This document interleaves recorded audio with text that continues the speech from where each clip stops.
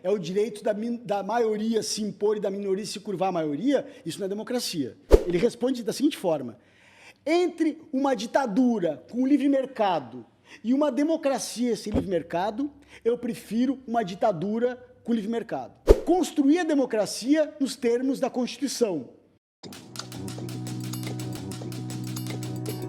Pode focar, pode focar, pode focar, pode focar, pode focar, pode focar, pode focar, pode focar, pode focar.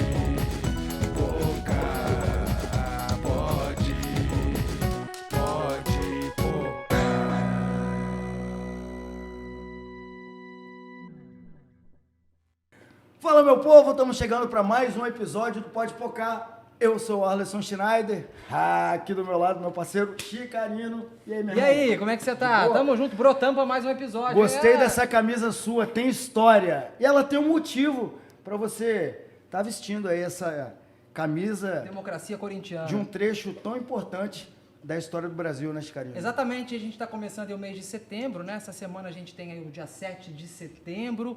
É uma data aí que o ano passado já foi carregada de treta e esse ano a preocupação é ainda maior. Então a gente vai falar sobre essas preocupações, porque a grande mídia se fala muito de que a democracia está em risco.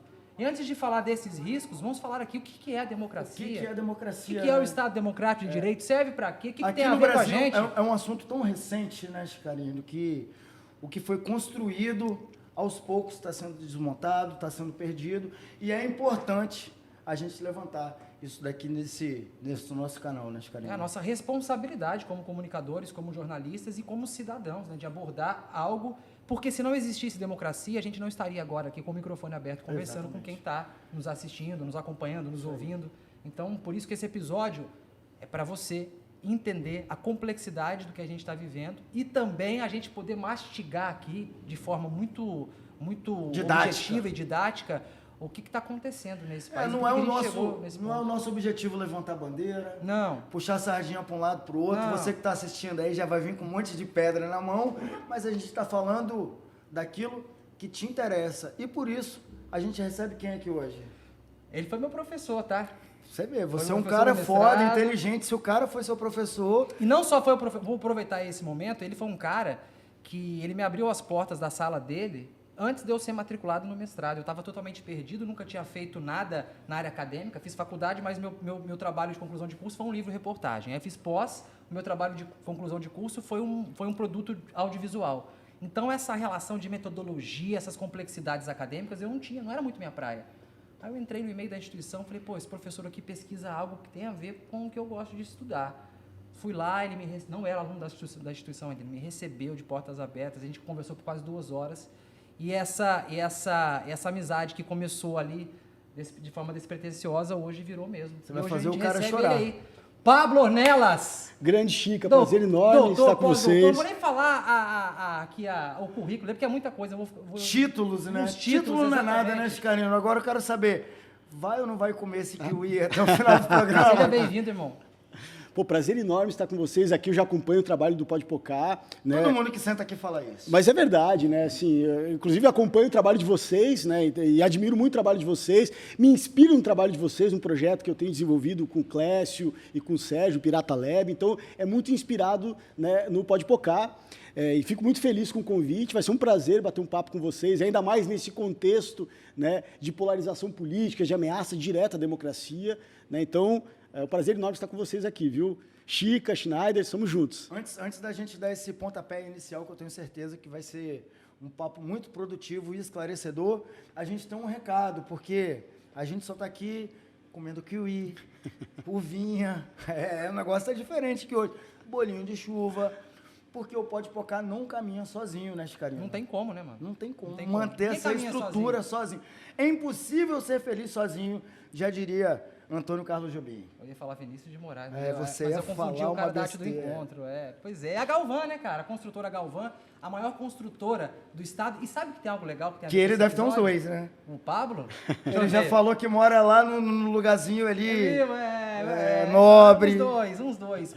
E o que eu quero falar aqui tem tudo a ver com o tema de hoje. Porque recentemente eu fui num evento que teve da Galvan, que eles entregaram um empreendimento deles, o Mar do Caribe, que fica ali na... Já ali... pelo nome dá para saber que o negócio é... É bonito, bonito. E por que eu tô... Em Taparica, em Coqueiral de Taparica, Vila Velha, por que eu tô falando disso? Porque nesse dia que eu estava lá, foi a escolha do síndico, a escolha da comissão, sorteio de vaga de garagem. Então, por exemplo, vai ser um síndico próprio, né, um síndico do condomínio, ou uma alguém empresa de fora. contratada. Então, eles ali votando na democracia direta, levantando a mão, quem é a favor. Então, isso é democracia. Isso aí. Isso é uma democracia. E assim, não teve treta, não teve nada. E o legal, né, porque a gente fala da obra a preço de custo, essa galera tá junta desde que o empreendimento começou a ser construído. Comprado na planta, né? Comprado na planta. E qual que é essa vantagem de comprar um empreendimento na planta? Porque não tem pegadinha. Você comprou, é aquele preço, e é aquele preço que você vai pagar até o empreendimento ser entregue. E então, quando assim, ele entregue, o valor é bem menor do que se você comprasse em outro rolê.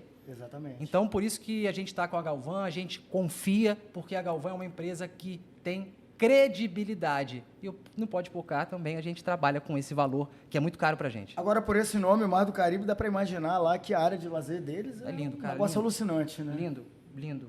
E eu tô para te falar que o elevador é maior do que o meu apartamento. Ah, e você não me chama para esses eventos, né?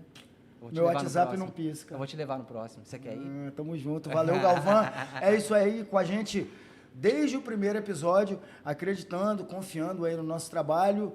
Seria impossível realizar aqui esse podcast sem o apoio de vocês. Obrigado, Galvan. Tamo junto aí pelo carinho e por acreditar e apoiar a gente.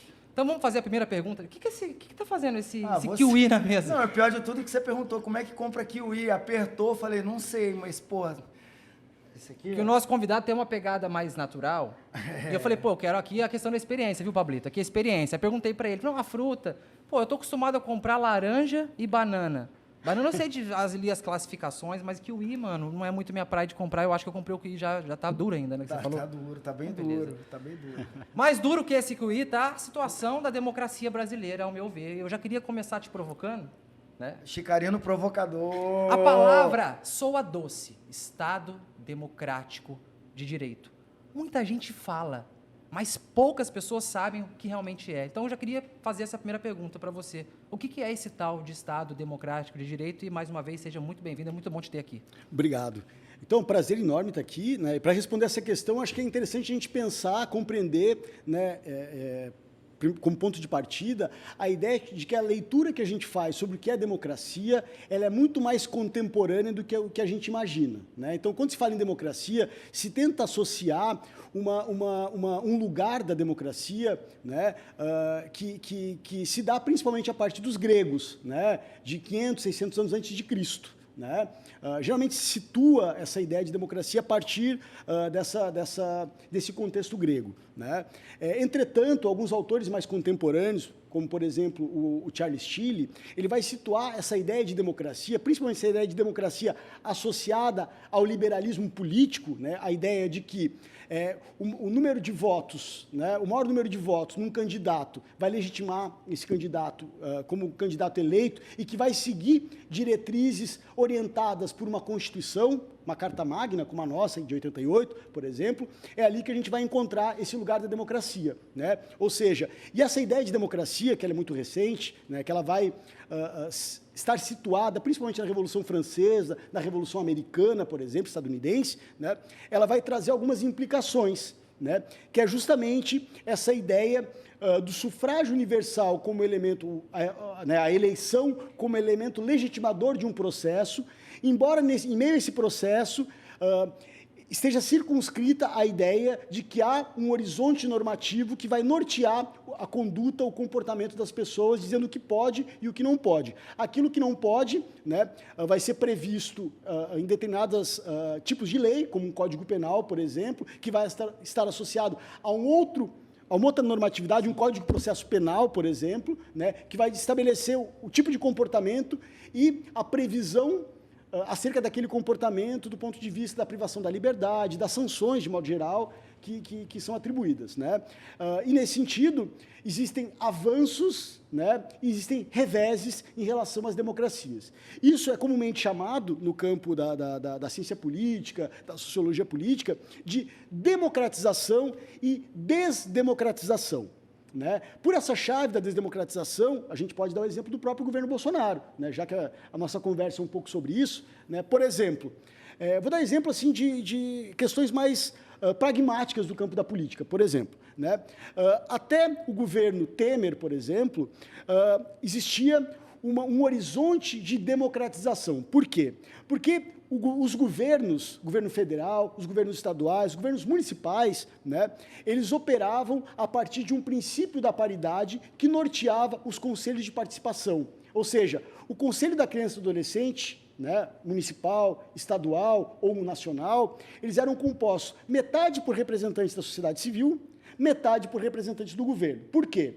Porque esses representantes da sociedade civil levavam suas demandas para discutir com o governo e, a partir desse debate, né, das pessoas, dos usuários de serviços na ponta, que eram relatados para os profissionais dos seus respectivos campos, que levavam essas demandas para o governo, dizendo, olha, lá no CAPS-AD, lá no Conselho da Criança e do Adolescente, lá no Conselho Tutelar, está acontecendo isso. Diante disso, como é que a gente pode resolver esse problema?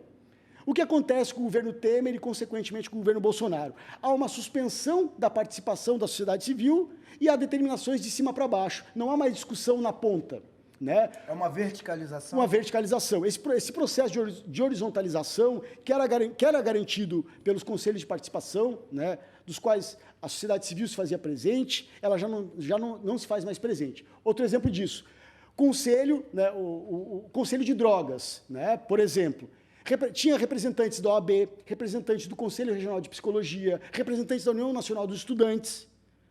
Quando há o governo Temer e, consequentemente, o governo Bolsonaro, né, eles ingressam no poder, eles suspendem esse horizonte de participação dessas pessoas que atuam, e desses profissionais que atuam na ponta. Consequentemente, não há mais feedback dos serviços que são ofertados pelo Estado. Ou seja, eles não sabem o que está acontecendo na rua. Exatamente, esse é o ponto. Eles já não sabiam antes, porque quando a gente não tem, por exemplo, dados do IBGE para nortear a política pública, como é que a gente faz política pública? Se eu não sei qual o público que eu tenho demandas, por exemplo, como é que eu vou demandar a esse público o que eles precisam? Algo grave que aconteceu aqui no Estado, mais especificamente na UFES, onde a Etel ela foi eleita, né, democraticamente como reitora da UFES, e a presidência puxou o tapete dela. Eu falo com essas palavras porque ela disse isso aqui, onde está sentado. Isso é um bom exemplo? Então, o Bolsonaro fez isso desde o princípio. Vide o Aras, né, o nosso PGR.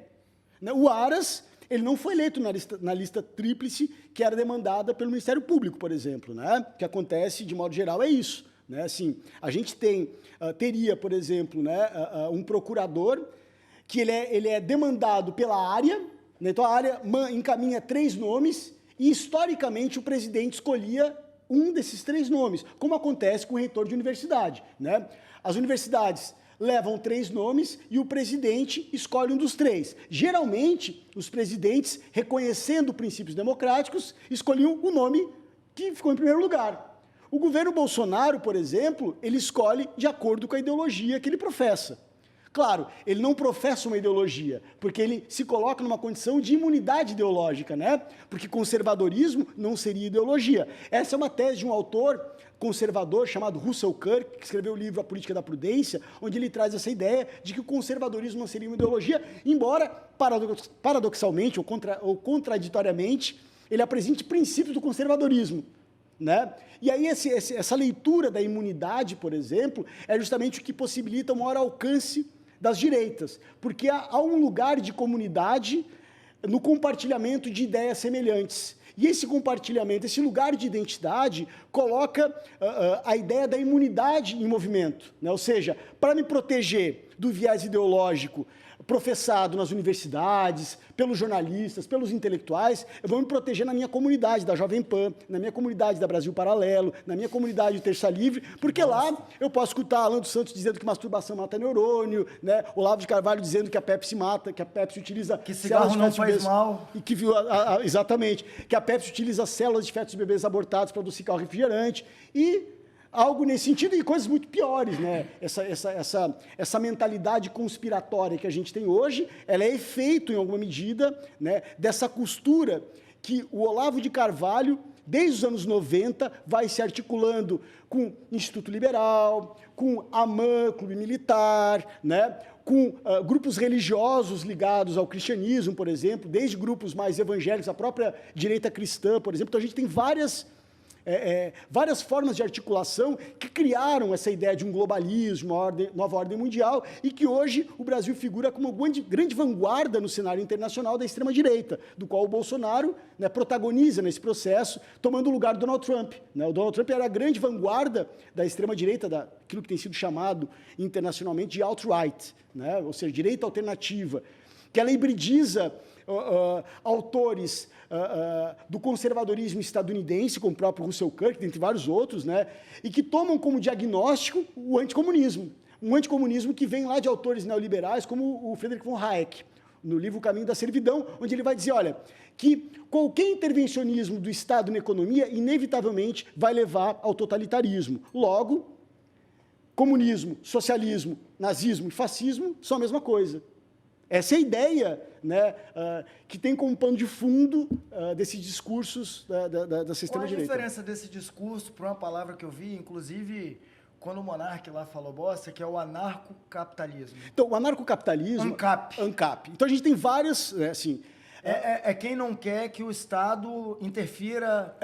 Na exatamente, sua vida financeira, alguma coisa O libertário, quando a gente fala em libertário, tem várias concepções. Se você falar libertário no contexto europeu, vão associar aos socialistas libertários, aos anarquistas, Bakunin, Proudhon, Malatesta. Quando você fala libertários nos Estados Unidos, a gente vai associar autores como Murray Rothbard, como Hans Hermann Hoppe, por exemplo, que são autores que vão defender o livre mercado, né, ilimitado, e a dimensão concorrencial do mercado. O neoliberalismo ele vai se diferir do liberalismo clássico porque ele traz o elemento da concorrência.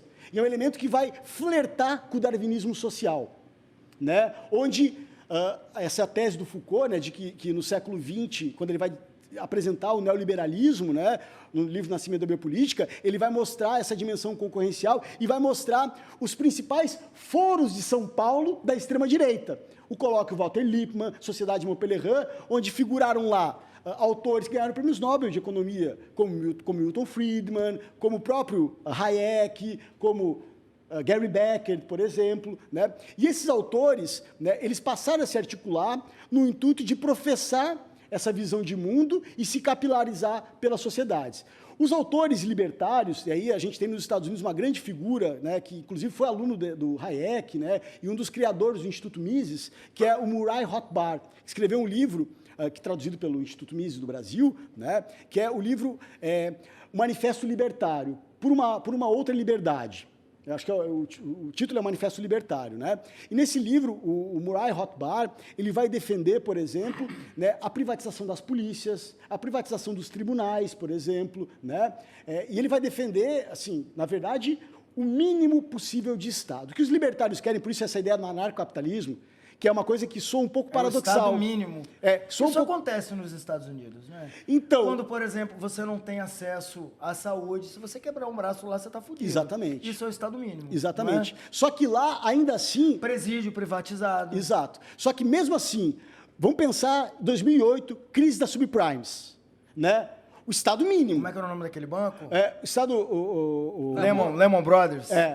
O Estado estadunidense, quando se deparou com a crise das subprimes, quem que salvou o mercado imobiliário dos Estados Unidos? O próprio Estado. Ou seja, é um paradoxo, né, a economia. Vamos pensar, por exemplo, que seria de um Estado neoliberal no contexto pandêmico no Brasil. O que seria do Brasil se a gente não tivesse o SUS, por exemplo? Que a gente vai esperar a iniciativa privada comprar vacina para vacinar a população no Brasil? E teve gente que defendeu isso. Sim. Teve hospital em São Paulo que adotou a alta celestial, que pegava a galera que estava perfeitamente de saúde, só estava com Covid, né? Mas previamente, antes do Covid, não tinha nada, e colocava a pessoa em cuidados paliativos para poder vagar a UTI para colocar outra pessoa. E sabe o que eu acho que às vezes, já que você falou da pandemia, a gente acompanhou agora, foi ano passado ou esse ano? Já até me perdi no rolê da CPI da pandemia. Foi o ano passado, a CPI? Rapaz, esse ano passou tão rápido, né, cara? Foi ano passado. E agora, recentemente, saiu o resultado, né? Que o PGR está querendo engavetar esse rolê da pandemia. E é um absurdo, porque ali, na questão da pandemia, da CPI, você tem ali algo que é democrático. Você ouve a sociedade civil, você ouve todos os agentes, todos os entes da sociedade, todos os atores envolvidos. Mas quando termina a parada, não dá nada para ninguém.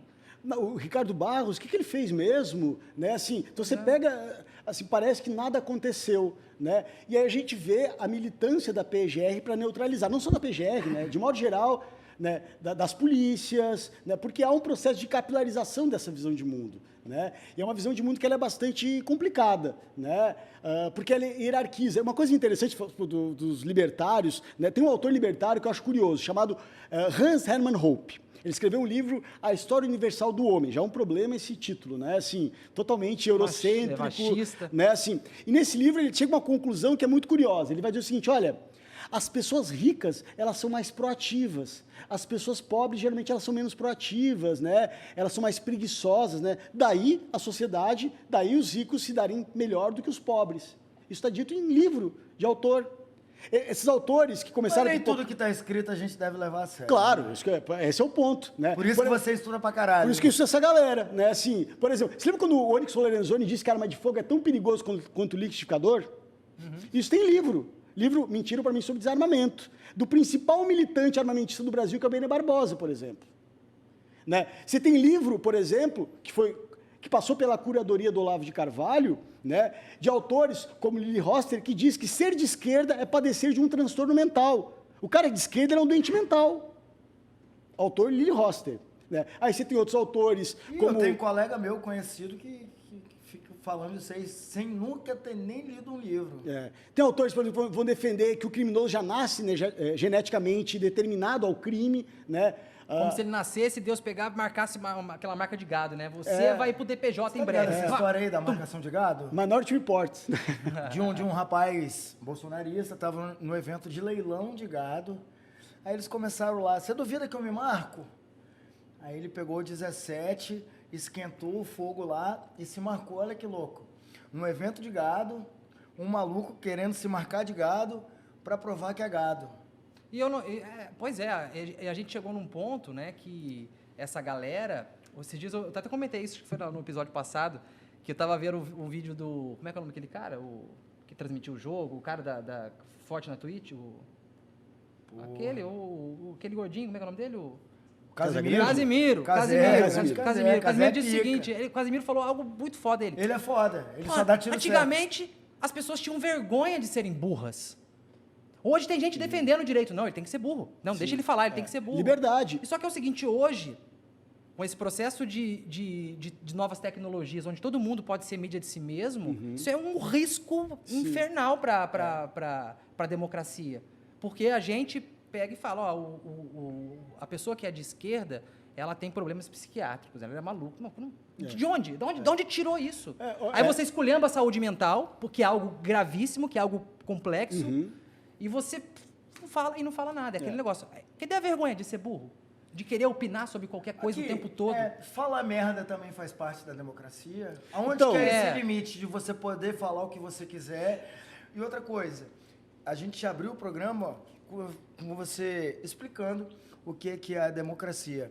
Há poucas palavras. Seria como se fosse um manual de instrução de como o ser humano deveria se comportar na sociedade? É isso? Mais ou menos. E um manual que toma como horizonte, né, o respeito das diferenças. Né? Essa ideia do Bolsonaro de que democracia é o direito da maioria se impor e da minoria se curvar à maioria, isso não é democracia.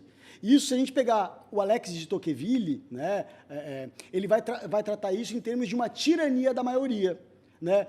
Nós, alemãos, arianos, né?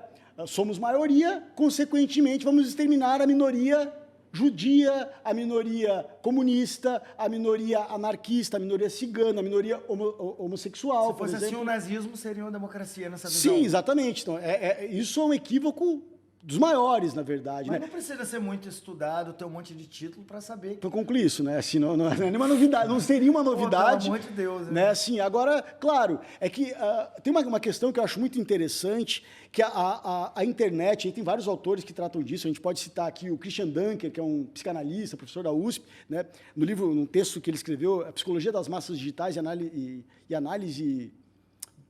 enfim, Psicologia das Massas Digitais e alguma coisa. No livro Rapaz, você decora Democracia em tanto Risco. nome de autor e de livro. Pois é, não é? Que eu não lembro o último livro que eu li. Mas o Christian Duncan, ele vai dizer que há um processo, se inspirando no Theodor Adorno, que segundo o Olavo de Carvalho foi o quinto Beatle, o cara que escreveu as músicas dos Beatles, né, segundo o Olavo de Carvalho, né? Mas inspirado no Theodor Adorno, ele vai falar, ele vai mostrar como que é um processo de contágio por meio desses discursos. O né? Adorno a gente estuda no curso Comunicação, de comunicação. exatamente. Né? E tem um autor mais contemporâneo, que é o Giuliano da Empoli, que ele traz uma análise que eu acho muito curiosa para a gente pensar o funcionamento das plataformas digitais em relação aos meios de comunicação corporativos que a gente conhecia até então, né? Jornal, rádio, televisão. Ele vai dizer o seguinte, olha, os meios de comunicação, né, até a internet, eles operavam a partir de uma tendência centrípeta. Né? Ou seja, quanto mais consensual, quanto mais diplomático, quanto maior a coligação, quanto mais tempo de televisão, maiores as chances do candidato ser eleito. Né? Com as plataformas digitais, a gente tem um efeito contrário, o efeito centrífugo. Né? Ou seja, quanto mais polarizado, quanto mais radicalizado, né? Quanto mais veemente, maior o alcance desse discurso. Por isso que a gente vê, né, e aí se a gente pensar, por exemplo, o YouTube, o funcionamento do YouTube se dá dessa forma, né?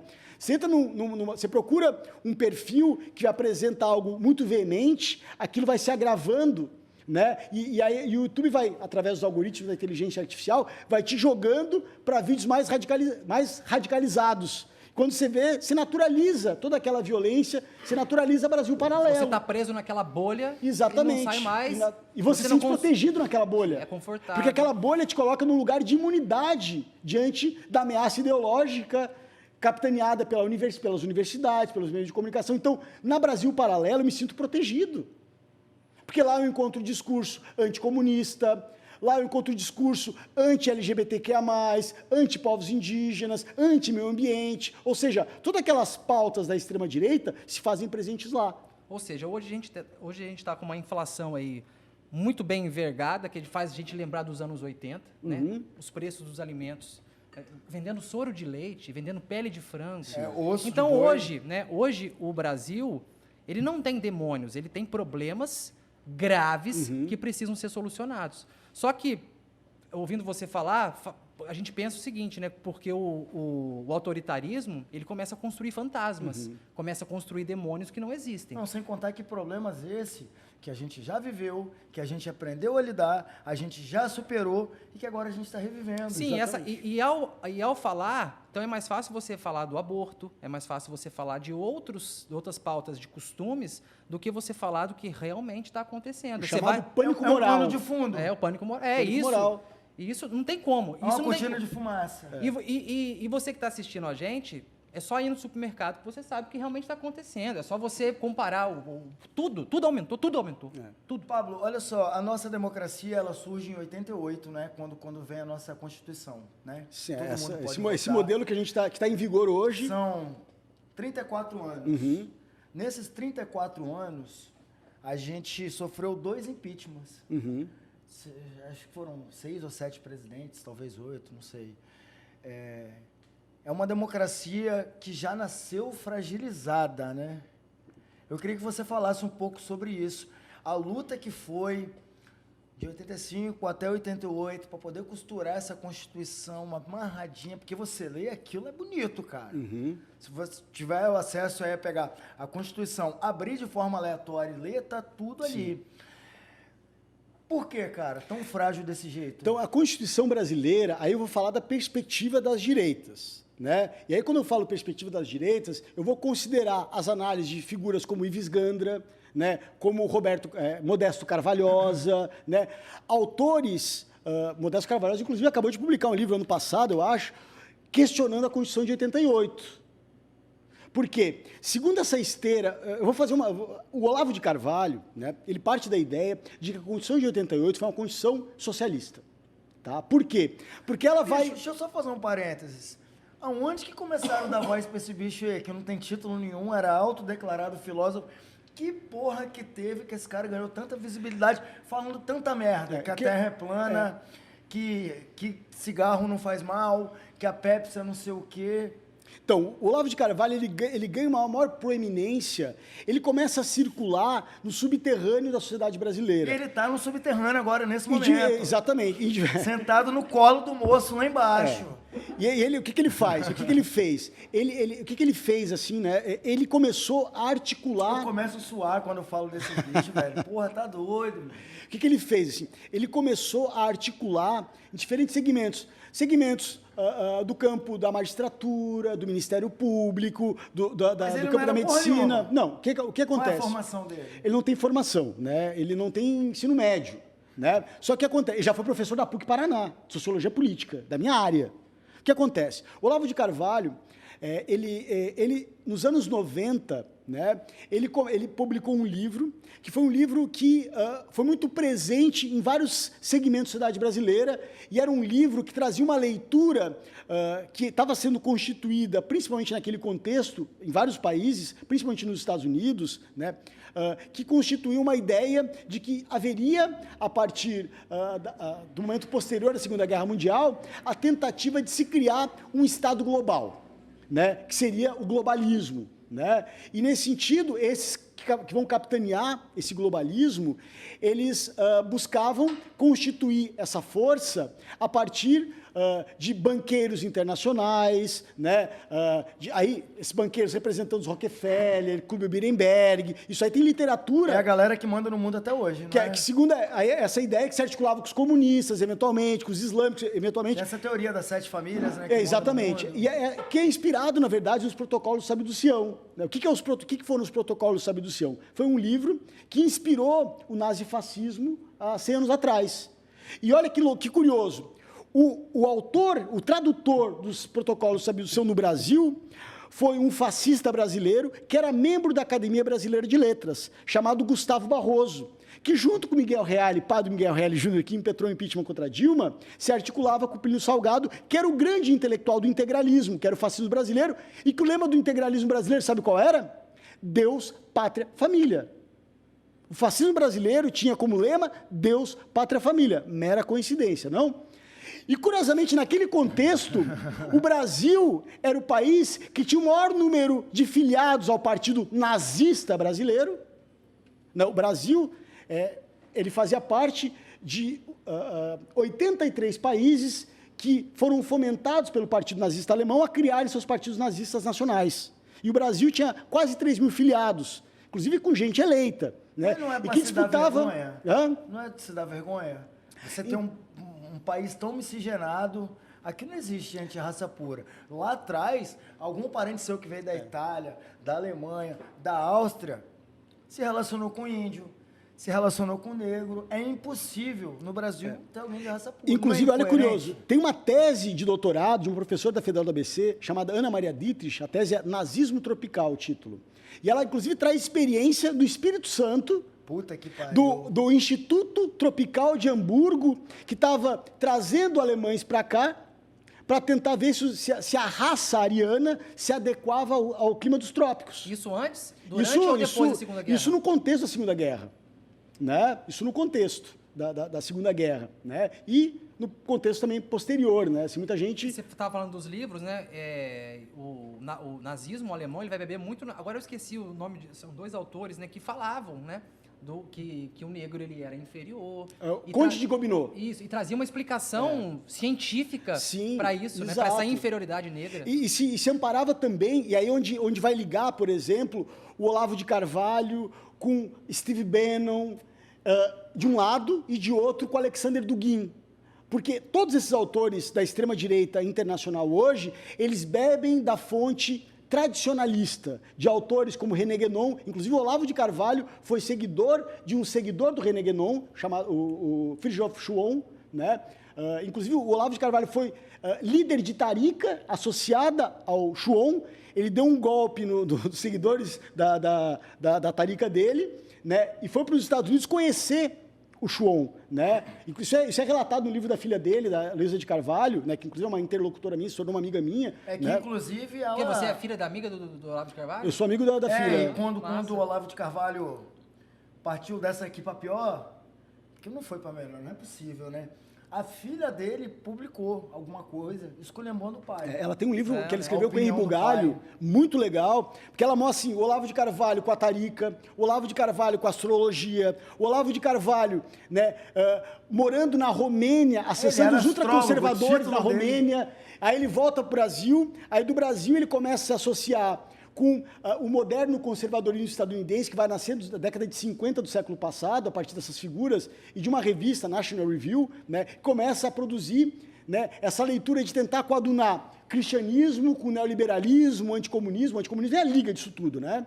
O anticomunismo é a base de toda essa extrema-direita, né? O que é o comunismo? Explica aí pra gente, cara. Então, Porque como- tem nego que é anticomunista, mas nunca nem abriu a porra do Google pra poder ver o que era. Então, comunismo, aí a gente tá tem... muito distante do Brasil, né? Tem diferentes comunismos, né? Inclusive, assim, é possível a gente falar de comunismo que não tem nada a ver com Karl Marx, por exemplo, né? Você tem autores como Marcel Mauss, por exemplo, que vão defender uma perspectiva comunista do comum para além do Marx, inclusive crítico do Marx, né? Os autores anarquistas, por exemplo, alguns deles, né, vão defender um comunismo completamente distinto do Marx. Que é um autor comunista? Proudhon? O autor comunista, Anarquista. Proudhon é um deles, talvez é o precursor, né, que vai tentar dar uma positividade à noção de anarquia. Comecei a né? entrar no jogo, a falar o nome muito É o nome Proudhon, que ele tá é, falando. Proudhon. Aí tem os anarcocomunistas, Malatesta, por exemplo, que é situado por essa chave, né? Assim, o Kropotkin, por exemplo, né? Que era um príncipe russo, por exemplo, né? E que é um autor muito importante porque ele vai questionar a ideia do Charles Darwin acerca daquilo que foi apropriado pelo darwinismo social, dizendo, olha, as sociedades humanas, elas são demandadas pela competição. Ele vai dizer, não, as sociedades humanas, elas se desenvolvem pela cooperação. A gente não consegue produzir o que a gente está aqui nessa mesa sozinho. A gente precisa de muita gente para produzir as coisas. Logo, essa cooperação é o que vai ser o encaminhamento desse processo. Claro, são autores diferentes, né? Mas, em tese, o comunismo, pela chave dos autores à esquerda, seria a busca por um comum onde se minimize as desigualdades sociais e se tente equalizar essas diferenças. Já o comunismo para os anticomunistas, né, seria visto pela chave do coletivismo, pela economia planificada, pela intervenção do Estado na economia.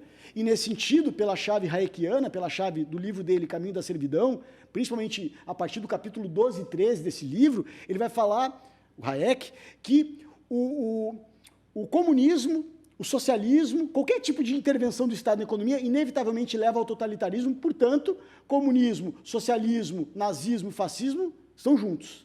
E é legal E aí você ele falar Qual é a isso. diferença do comunismo pro socialismo? Então, aí vai Num viés depender, político. vai depender da abordagem, né? Numa abordagem mais marxiana, mais marxista, o socialismo ele seria, né, um processo de transição onde a classe proletária toma o Estado e, a partir disso, se busca um processo de um horizonte de comunismo, de buscar o fim do Estado, né? O Marx, ele busca o fim do Estado. O Marx não busca ampliar o Estado, né, como se argumenta, como a extrema-direita argumenta.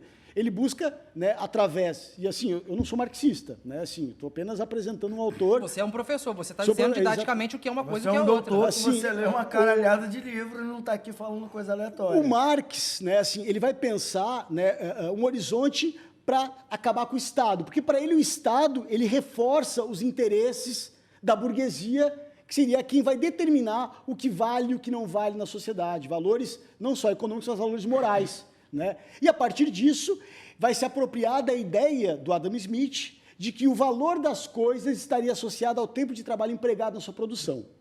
Isso vai ser criticado pelos autores da Escola Austríaca de Economia e antes, né, da Escola Marginalista do Valor, que vai falar, olha, o Marx estava errado porque o Adam Smith estava errado, que é a referência do Marx. E aí, nesse sentido, né, como Marx parte do princípio do valor-trabalho para constituir a noção de mais-valia, o Marx estaria equivocado, porque o trabalho, um cara que serve num restaurante no Brasil recebe um salário diferente do cara que recebe o salário como garçom num outro país, consequentemente, não há uma universalização desse valor amparado do trabalho. Essa é a crítica de autores como Jevons, Walras, enfim, desses autores que são conhecidos como escola marginalista ou escola subjetivista do valor, né, dentro da economia, que vai servir de base para a Escola Austríaca de Economia. E ele estava falando algo que é bom a gente ressaltar aqui, que o Pablo fala assim, ó, o socialismo, o comunismo, o fascismo e o nazismo, eles estão tudo no mesmo bolo, porque a gente tem a ver com a questão do autoritarismo. Aham. Então, porque a discussão que se faz é uma discussão bizarra que fala assim, não, mas o comunismo matou mais que o nazismo.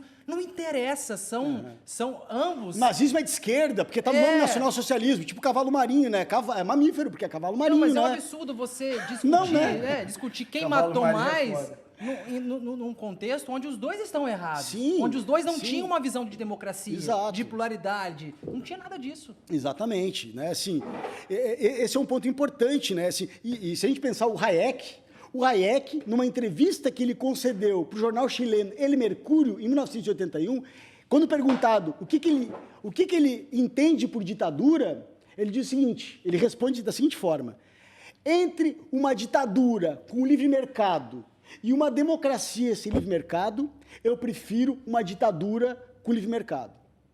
Ou seja, entre um contexto do Pinochet e um contexto democrático, estou com o Pinochet, porque o Pinochet está defendendo o livre mercado. É isso que ele está dizendo. Né? Ontem na Jovem Pan teve um comentarista que falou que o Pinochet era de esquerda. Né? Você tem que ouvir, né, essas paradas. Eu assisto. Você tem que ler uns livros absurdos. Assisto, né, cara? escuto, leio bastante. Como é que é para você estudar tanto, ver essas coisas absurdas, ter que debater o que não deveria se debater em pleno 2022, ainda tem que acompanhar essas porra aí que você acompanha, cara? Para mim foi um golpe, né? Assim, na minha você mesmo. né? Assim, porque que acontece? Eu venho de uma família bastante polarizada, acho, como todo mundo aqui, né? Mas assim, eu tive uma formação em casa. Meu pai era um cara de esquerda, né? Meu pai era um juiz de direito de esquerda que foi exilado na época da ditadura. Então, desde pequeno, eu assim, tive uma formação política muito forte. Desde muito pequeno. Você é capixaba? Não, eu sou gaúcho de Porto Alegre, mas passei uma parte da minha vida em Santa Catarina. Né? Mas meu pai ele foi juiz em Porto Alegre. Né? Ele começou um movimento em Porto Alegre, dentro da magistratura, né? Chamado de direito alternativo. Né? Então, desde muito cedo, eu tenho esse interesse pela política, né? Assim, e tive muita influência do meu pai nesse processo. Né? E diante disso, eu tive uma postura. Meu pai já faleceu inclusive no ano que eu vim morar aqui no Espírito Santo. Diante dessa perspectiva do meu pai, eu tinha divergências com ele. Né? Meu pai ele mudou de posicionamento político, inclusive, né? Ele, no final da vida dele, se reconhecia como anarquista. Né? Juiz de direito anarquista. Juiz de direito anarquista, e ele, à época, né, que ele ficou muito frustrado quando o Lula, né, teve como candidato à primeira eleição que o Lula venceu, que o vice dele foi o Zé Alencar, né, que era um cara do PL, partido Bolsonaro hoje, né, e era um empresário brasileiro. Então, para ele, né, assim, tinha uma base mais marxista. Para ele, né, não havia possibilidade de conciliar trabalho e capital. Né, eram inconciliáveis uma chave marxista. Né? Então, assim, só com o tempo ele viu que ele acabou meio que se distanciando disso, né, e acabou se tornando um militante ambientalista, né, até o momento do falecimento dele. Então, eu tive uma formação muito nesse processo. Quando eu me deparo, como é que eu fui estudar direito? Né? Primeiro ponto, né? Como é que eu cheguei a isso? Eu sou um pesquisador, desde 2002 eu pesquiso política de drogas. A sua primeira formação é direito? Não, graduação. Eu sou graduado em ciências sociais, e a minha formação toda é em ciências sociais. Né? Aí eu fiz pós-doutorado em saúde coletiva, além de sociologia, em psicologia, e agora estou começando um doutorado em psicologia. Porque ele foi pesquisar à direita. Como eu fui pesquisar direito? Vamos chegar lá nesse assunto. Então, aí. o que eu fiz? Eu comecei a participar de banca de mestrado, né? E aí, pesquisador, que depois participei da banca de mestrado, de doutorado dele, depois foi o meu supervisionado no pós-doc, o Akhenaton, um grande amigo meu. Eu fui participar da banca de mestrado dele, vai entrevistar uma juíza no Paraná, e a juíza, ele pede indicação de livros sobre drogas, e a juíza fala, você tem que ler o Olavo de Carvalho. Aí, o que o Olavo de Carvalho fala sobre drogas? E aí eu fui atrás, tem que saber, pesquiso drogas, tem que saber o que o autor que uma juíza está mencionando fala sobre esse assunto. Orientei um outro pesquisador na sociologia política, Carlos Eduardo Gama, que faz doutorado hoje na UFS, querido amigo também. O Olavo usava um negocinho ou falava aquelas bostas lá de cara limpa? Ele usava café e fumava muito, né? Pelo menos é o que ele deixa muito evidente. Pô, eu bebo café e fumo muito, né? Mas a culpa não é do café. Não é, né? Mas o que acontece com essa questão, né? Como é que eu cheguei nisso? Aí o Dudu vai entrevistar um coordenador de curso, vai entrevistar médicos e professores de curso de medicina aqui do Espírito Santo, que atuam nas áreas de psico e de neuro, que são áreas que se conhece sobre o uso terapêutico da maconha. né? Então ele vai estudar o uso terapêutico da maconha. O que acontece? Chega num coordenador do curso de uma faculdade privada, aqui do Espírito Santo, e o coordenador indica para ele médico, indica para ele o Olavo de Carvalho também. Eu falei, não, peraí. Aí eu vou ter que estudar o Olavo de Carvalho, né? Aí eu começo a estudar o Olavo de Carvalho, e aí eu entro nesse mundo e eu proponho uma pesquisa de pós-doutorado na UFES para estudar isso. Mas doutorado é o PhD? O PhD é o doutorado, né? O pós-doutorado vem depois do PhD, né? Assim, o doutorado é o PhD, né? Tem que estudar pra caralho, né? Mas o doutorado ele é muito mais complicado que o pós-doutorado, né? O doutorado você tem que apresentar uma tese, o pós-doutorado você pode escrever um artigo, pode fazer o pós-doutorado em 3 meses, né? O doutorado não, geralmente você faz em 4 anos, né? Você tem aula, você é mais, assim, demanda mais tempo, mais disponibilidade, né? do que o pós-doutorado, né? Enfim. Mas, voltando à questão do... Aí eu propus uma pesquisa de pós-doutorado, que virou um livro, né? O Fascismo Tropical, onde eu investiguei um pouco essa questão dos influenciadores digitais, né? E aí isso me afetou muito, né? Eu fiquei, fiquei com depressão, ansiedade, a minha supervisora do pós-doc... Como é que é? A pesquisa me afetou. Pesquisar esse universo, me afetou contexto, muito, exatamente. Fudeu com a tua cabeça. Fudeu, assim, e depois eu aprendi a lidar com isso. Hoje eu assim, porque para mim foi muito pesado, porque eu era acostumado com uma literatura acadêmica, né? Assim, eu sou um cara da academia, né? Assim, eu fiz graduação, mestrado, doutorado, pós-doc, assim, eu vim da academia, né? E na academia a gente tem autores, a gente é avaliado pelos pares, a gente tem método, a gente tem categorias, noções e conceitos articulados com essas teorias, né? Ou seja, para eu falar uma besteira, eu sou avaliado pelo que eu falo. E tem compromisso, tem responsabilidade. Exato, eu sou avaliado, né? O cara fala assim, o Pablo falou que Foucault é marxista. Puta, Pablo tá falando besteira, porque Foucault não é marxista, o próprio Foucault mostra, né? Agora você pega o Olavo de Carvalho, você pega a Adílio Jorge, todo mundo fala que Foucault é marxista, por exemplo. Todo mundo deveria ler Foucault? Né? Com certeza, com certeza. Né? A gente teve que ler na faculdade também. Com certeza tem que ler. Por quê? Porque assim, ele é um autor muito importante do ponto de vista epistemológico, ele apresenta uma virada. Né? Por exemplo, estudos feministas. Existem estudos antes do Foucault e pós-Foucault. Por quê? Porque o Foucault ele vai mostrar que nós, sujeitos, somos produzidos. Né? E somos resultados, efeitos de um processo histórico que incide sobre nós. Vai moldando o nosso caráter, o nosso caminhar. A gente é produzido e se produz ao mesmo tempo em que essas forças incidem sobre nós. Né? E nesse processo, os estudos feministas, por exemplo, né, até os anos 80, metade dos anos 80, eles estavam demandando por uma base epistemológica e encontram isso no Foucault, né? Principalmente na história da sexualidade do Foucault, que o Foucault vai mostrar, peraí, há uma universalização dessas relações de gênero e sexualidade, conforme há uma natureza humana, e essa natureza humana ela implica numa generificação, o que é homem e o que é mulher, ou o que é homem e o que é mulher é algo datado, é algo inventado, portanto. Foucault vai partir dessa segunda hipótese, de que é algo inventado, é algo datado. E que, da mesma forma que foi possível produzir esse homem e essa mulher, é possível produzir outros homens e outras mulheres, ou algo para além do que é ser homem e do que é ser mulher. E essas identificações acerca do que é ser homem e acerca do que é ser mulher, hoje, né, perpassam um processo de universalização, que é o que a gente deve ponderar e deve conhecer de maneira aprofundada, para pensar as possibilidades do que a gente pode ser, do que a gente pode se inventar enquanto sujeitos. A partir disso, os estudos sobre gênero e sexualidade vão tomar uma outra dimensão e vão, inclusive, alimentar outros referenciais teóricos que vão influenciar, por exemplo, os feminismos decoloniais, os feminismos queer, os feminismos negro, por exemplo, né? Vão possibilitar, por exemplo, com que autores como a socióloga Oyeronke Oyeyumi, uma socióloga nigeriana, Yorubá, vai desenvolver o livro A Invenção das Mulheres. Fala, peraí, patriarcado é uma coisa presente nas sociedades ocidentais, mas na sociedade Yorubá isso não existe, porque o critério de hierarquia daquela sociedade é um critério que perpassa uma relação geracional, ou seja, quanto mais velho, mais poder exerce, e não ser homem ou ser mulher. Agora, os pesquisadores e pesquisadoras que foram estudar a sociedade Yorubá, importaram para a sociedade Yorubá as categorias de gênero, que passaram a serem atualizadas naquela sociedade, portanto naturalizadas, influenciando aquela sociedade. Por quê? Porque a cultura, diferentemente do que presume a extrema-direita, ela não é estática. A gente não tem como voltar à civilização judaico-cristã como a gente imagina. Primeiro porque ela não existe como a gente imagina, E segundo, que a gente não tem como resgatar um contexto histórico, porque a cultura ela é dinâmica, ela não é estática. Primeira aula de antropologia... Ela é fluida, né? Ela é não fluida. para. A gente não fala português hoje como a gente falava 50 anos atrás. Nem fala Tampouco agora há 100 como anos vai atrás. falar daqui a 50 anos. Exato. Por quê? Porque ela o tempo todo está em transformação. A nossa linguagem, a nossa língua está em transformação. Né? A gente não fala português no Brasil como se fala português em Portugal. Por quê? Por vários fatores. Né? Porque a gente tem uma particularidade. Né? Embora tenhamos sido colonizados pelos portugueses, né? Houve um processo de hibridização com outras demais línguas, com línguas locais, com outros, né, com outros elementos. O Espírito Santo é um grande exemplo disso, né?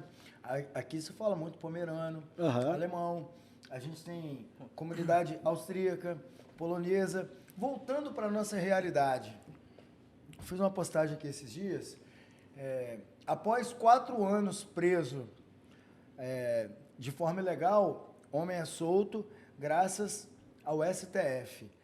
Eu queria que você explicasse para a gente qual é a função do STF, a criação dele, a importância e por que tem tanto babaca. É babaca, é idiota, que não lê, que não se informa, que pede o fechamento de uma instituição tão importante. Acaba STF, fecha STF. E assim, não é uma questão de ideologia política, de lado que você puxa, que você não puxa.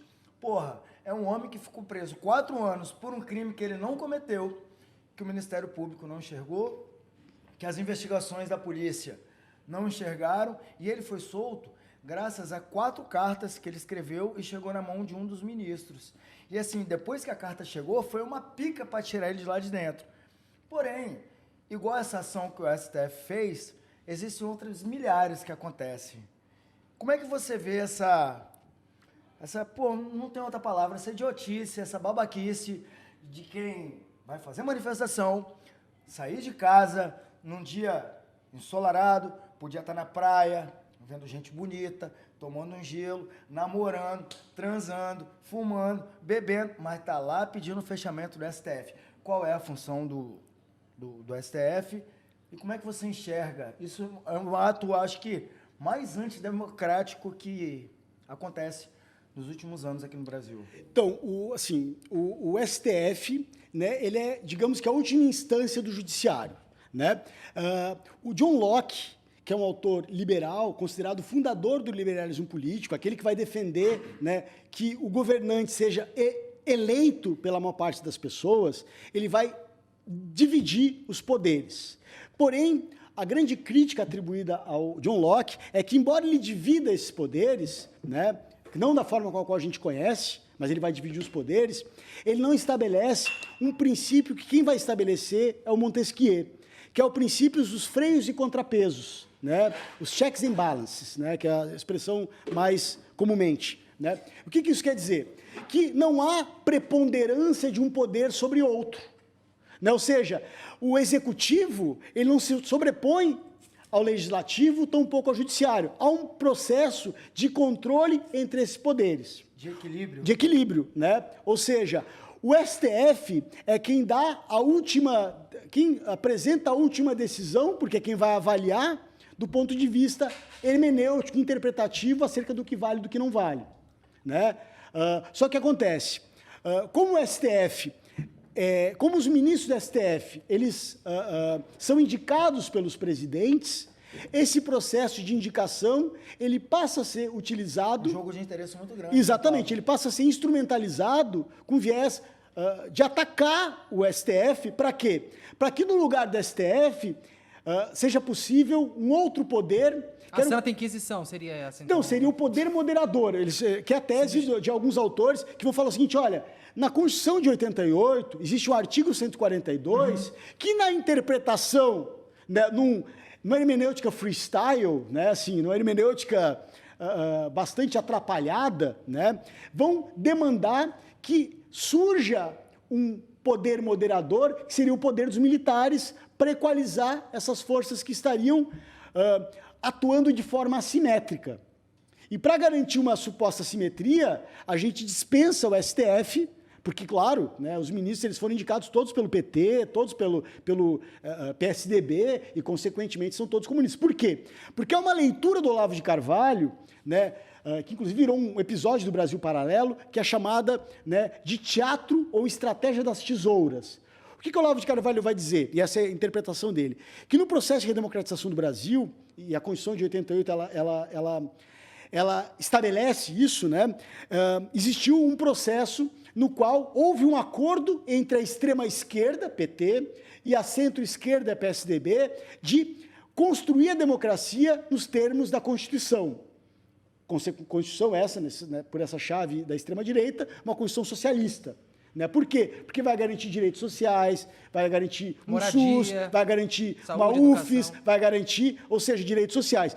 E como a chave neoliberal, neoconservadora, né, que é neoliberal, ela parte da ideia de que saúde, educação são mercadorias, o papel do Estado não é conceder de acesso a isso, mas é permitir que isso seja mercadoria e, portanto, seja cobrado.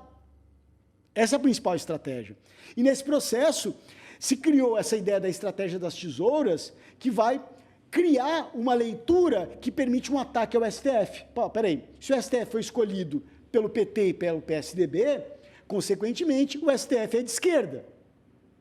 Da né? onde que o PSDB é de esquerda? Sim, E da onde que o PT é extremo esquerda? É, Está longe. então, sim. Com esse monte de aliança ridícula aí que fizeram. Sim, o PT de esquerda, assim, eu gosto muito da ideia... Michel Temer e Dilma, Lula com Geraldo Alckmin. Sim, Da onde que essas porra é desde esquerda? o Zé Alencar, né? Desde Zé Alencar, Zé Alencar. exatamente. Então, assim, tem uma autora... Inclusive, o Lula ele só foi eleito por causa do Zé Alencar. lá Aham, atrás, exato. né? Tem uma autora que eu gosto muito, uma autora estadunidense chamada Nancy Fraser.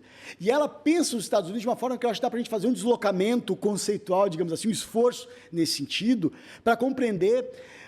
Ela vai dizer o seguinte: olha, nos Estados Unidos tem duas forças latentes na política. Claro, existem muito mais, mas essas forças são as mais latentes, as mais evidentes, digamos assim.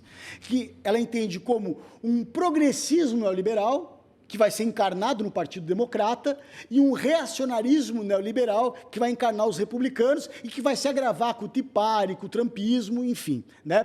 Eu vejo que no Brasil a gente tem mais ou menos isso. A gente tem um populismo neoliberal à direita, né, com o Bolsonaro, né? E nesse populismo neoliberal de direita com o Bolsonaro, a gente tem todo esse discurso anticomunista, esse discurso neoliberal, e a gente tem um progressismo neoliberal e populista com o Lula, né, que, embora conceda direitos sociais, opera reproduzindo o capitalismo financeiro. Sim. Não é à toa que o Lula, né, os bancos nunca tinham faturado tanto quanto faturaram no governo PT.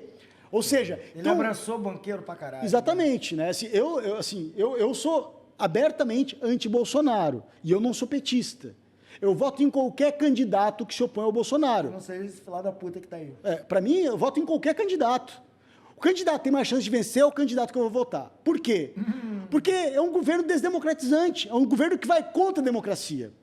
Né? A democracia participativa, a democracia representativa, né? Participativa nem se fala. Né? Porque no governo PT, a gente tinha, de maneira bastante atrapalhada, de maneira bastante problemática, ainda um horizonte de democracia participativa. O Conselho de Participação da Sociedade Civil, por exemplo, que eu mencionei anteriormente, era um exemplo de um horizonte de participação da sociedade civil. Né? O que a gente tem agora é uma pretensa democracia que ela só opera democraticamente de 4 em 4 anos, de 2 em 2 anos, né? Mas no contexto presidencial, de 4 em 4 anos. Ou seja, votei no presidente, o presidente tem liberdade de fazer o que ele quiser. Porque, claro, ele foi eleito, tipo né? um cheque em branco. Né? Cheque em branco, né? Que é o que a gente viu nas manifestações, né? Mas quando você estava falando do STF, lembrei do AI-5, né? De 68, que foi um documento emitido pelos militares, onde dizia qual era a regra do jogo naquela situação. Dentre as mudanças, estava o fechamento do Supremo Tribunal Federal. E o governo militar, a ditadura militar, era quem prendia, julgava e condenava com tortura. Exatamente. Então, um Estado, né, uma sociedade sem esse contrabalanço com a participação da justiça, é o próprio governo que prende, julga e pune. Mas, segundo Hayek, se tem liberdade de mercado, está tudo bem. Pode torturar, pode matar, pode censurar, mas tem liberalismo, né? Tá ótimo. É tipo assim, quem é rico fica mais rico. Claro. E quem é pobre Exatamente. fica mais pobre. Exatamente. Falando em liberdade... Nenhuma novidade no front, né? Em liberdade... É o que está acontecendo agora. Que a gente você começou a falar da liberdade de votar, do sufrágio universal, mas a gente tem outras liberdades hoje que elas estão sendo totalmente retiradas, desrespeitadas. Várias liberdades. Sim. Liberdade religiosa. Sim. A gente vê centro de Umbanda, centro de Candomblé, essas... Gosto também. Sim. sendo fechado por evangélicos Por extremistas. extremistas. A gente aqui respeita todas as religiões. Tanto que por aqui passou um pastor. São os extremistas que tem em tudo quanto é campo da sociedade. Tudo é canto da sociedade a gente tem. A liberdade religiosa... Direito trabalhista já foi tudo pro A liberdade caralho, sexual. Hoje em dia as pessoas querem impor. Não pode. Aqui a questão, aqui na Câmara de Vitória, hoje, parece que a gente, quando você vê uma sessão de Câmara Abriram de Vitória, a tampa do esgoto. parece que você está vendo uma sessão na Idade Média. Neofeudalismo, né? Assim, Exatamente. Essa ideia o moralismo, na verdade, e o moralismo homofóbico, sim, transfóbico, sim, né? Ele opera porque ele cria engajamento. Isso que o Stanley Cohen, sociólogo, chamou de pânico moral, ele cria engajamento nas plataformas digitais, né? Porque ele é fácil. Né, se é o nós contra eles, que o Jason Stanley escreve no livro Como Funciona o Fascismo, né?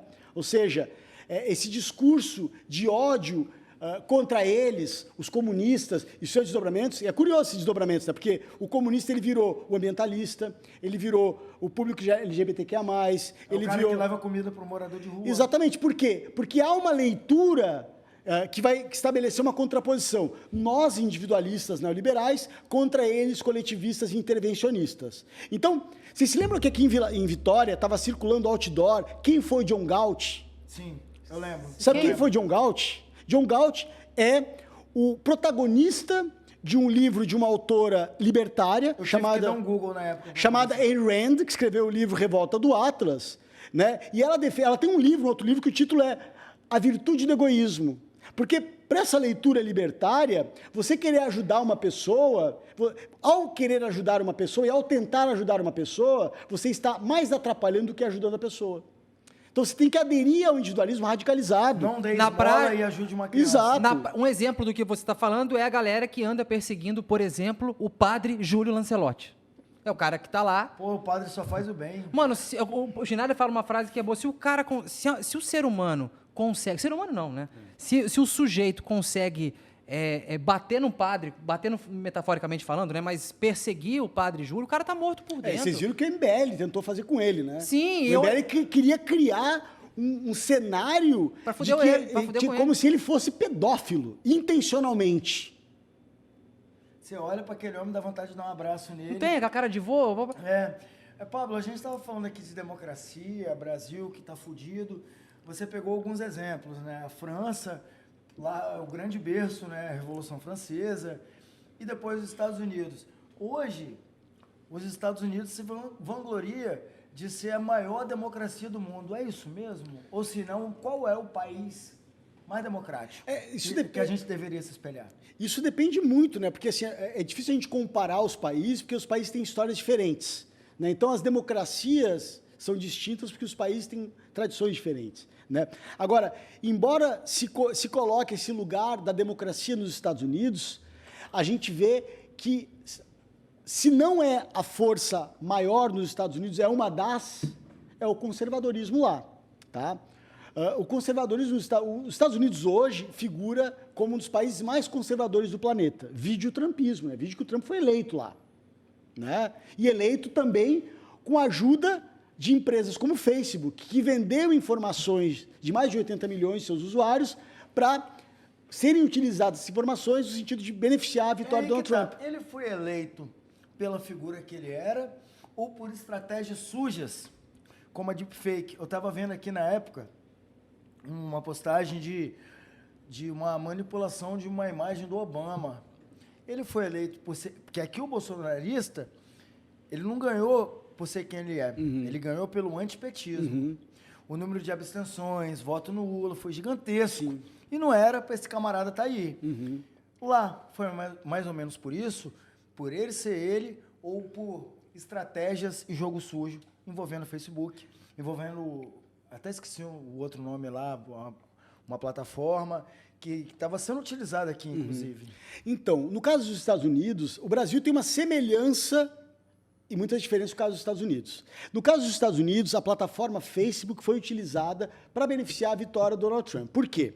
Porque o Facebook, hoje Meta, né, vendeu informações de mais de 80 milhões de usuários. O que gosta, Perfis, aonde né? vai, se tem filho. Exatamente, assim... Quando você mais clica até do naquele que isso. joguinho de pesca... Aquele quiz lá, qual personagem do Game of Thrones que eu pareço, né? Tudo isso. E assim, um dado que é importante, essas plataformas, elas vivem, sobretudo as plataformas publicitárias como o Google e o Facebook, hoje Meta, elas vivem de capturar as nossas informações de usuários dessas plataformas e comercializar essas informações para fins preditivos, para modular o comportamento das pessoas. E não falta autor para destacar disso. Eu posso tratar aqui da Shoshana Zuboff, Nick Sinisek, Juliana da Empla, enfim, não falta autor para apresentar essa leitura sobre efeitos das plataformas digitais. No caso brasileiro, a empresa que beneficiou a vitória do Bolsonaro, que não foi só ela, mas são vários fatores, dentre eles as plataformas digitais, foi o WhatsApp. Se vocês pegarem o livro da Patrícia Campos Mello, jornalista, né, que escreveu o livro A Máquina do Inclusive, Ódio. foi agredida pelo Bolsonaro. Exatamente, lá, ela que quer dar venceu o na furo. justiça contra ele. A jornalista quer dar o furo. E ela entrou na justiça e ganhou do Bolsonaro.